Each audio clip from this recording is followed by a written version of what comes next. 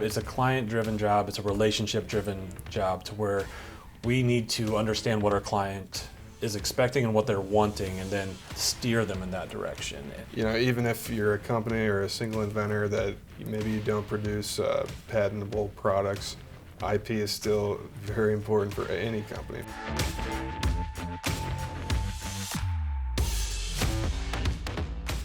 Being in Iowa in the heartland, we have a lot of agricultural clients, ag tech, whatever you want to call that industry. It's agricultural manufacturers from international corporations down to still some garage inventors and some startups, branching out more into some research institutions on audiology and neurology type based research, which is fascinating to learn, and then everything in between. Another joy is the Luke has a client. It started with a single inventor farmer, and now is a world leader in the ag community. And to see that grow, to work on that, that's another joy that we were able to have.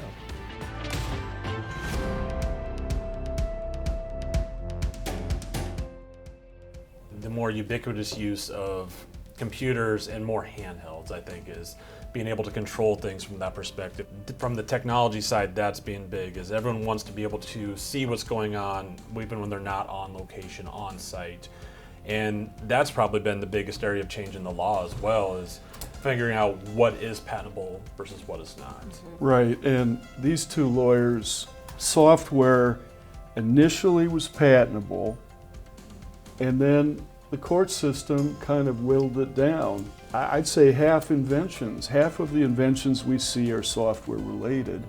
It's created a huge issue for our clients as to how do I protect software related inventions. I do feel like that's one of the bigger questions I get from sole inventors. Yep. Is I came up with this app, how can I protect it?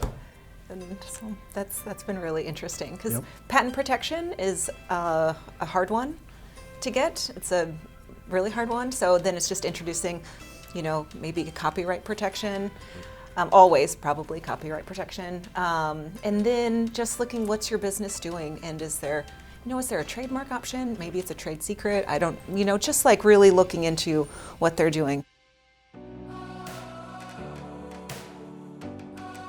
A lot of us do have at least some experience in the industry. You have probably the most of any of us actually being out in the field, but even just jobs in college, internships that we have had I've had some in manufacturing. I know you mentioned that you had a real world experience, and I know others have. Mark, I think you have had some even, and just to get that perspective where it's not just school attorney. Right. It's you can put yourself in their shoes and to be able to understand a little bit better of what's going on. Because thinking back to when I was in the industry and having a chance to review like a patent application, and even though I knew what the technology was, I didn't understand at all what was in that patent application, because it's crafted in a way that's unique to a patent application, and it has legal terms.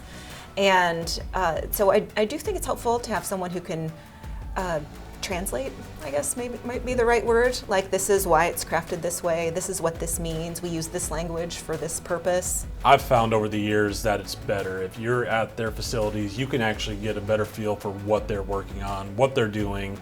And so you can't get that with sitting across the table always and, okay, tell me about it. It's, show me, let's look at it together. And there's a lot of times where you're able to look at what they're doing and say, have you ever thought about, I noticed this was unique over here, what's going on there? And being able to ask those follow-up questions that you just don't get when someone's just right in front of you at the office.